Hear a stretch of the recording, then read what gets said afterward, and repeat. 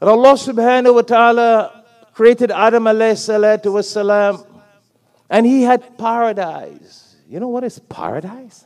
Jannah. You don't need to work for something. You don't need to work to earn, to put it in a refrigerator or in the pantry or the shelves in our homes. You just got to think of apples, and apples are in front of you. We just got to think of grapes, and grapes are in front of us. Honey, milk, whatever. Interesting, huh? He had everything. He had paradise.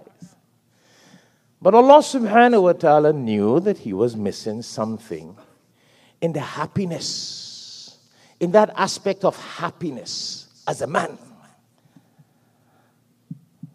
And Allah subhanahu wa ta'ala did that deliberately for us to learn and contemplate. But you see, human beings don't ponder. We're an ungrateful bunch of people. Allah could have said, kun fayakun, be, and created Adam and Eve together. It's not that it was limited to him that he could have only created one human being at a time. Subhanallah. Today you have millions, billions of human beings, all by the permission and mercy of Allah subhanahu wa ta'ala. That's why the womb of a mother is called a seat of rahmah, mercy.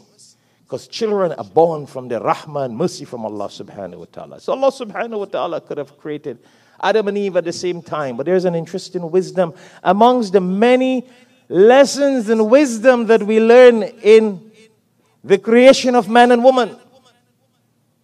And paradise is definitely a bounty from Allah subhanahu wa ta'ala. Even now that we live in this world, even though man had paradise before, we are still working in this world for the pleasure of Allah and to earn that Jannah in the hereafter,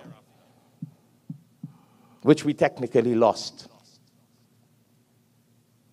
So, Allah subhanahu wa ta'ala, as many of the muhaddithin and mufassirin have written and said, put Adam alayhi salatu wasalam to sleep. And then he got up. And when he got up, he saw in front of him a woman, which he has never seen before. They had no woman in paradise. Yeah, it had apple and grapes and milk and honey. And then he was like, what is this? And he asked the woman, what are you? And she said, I am a woman. And Allah subhanahu wa ta'ala has created me to be a companion, because Allah knows that you are lonely. Interesting, huh? You got paradise, but you're still lonely? That's interesting, huh? And we got to reflect in our lives today.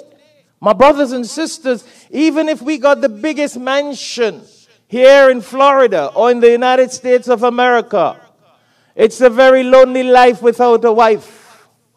It's a lonely life without a wife.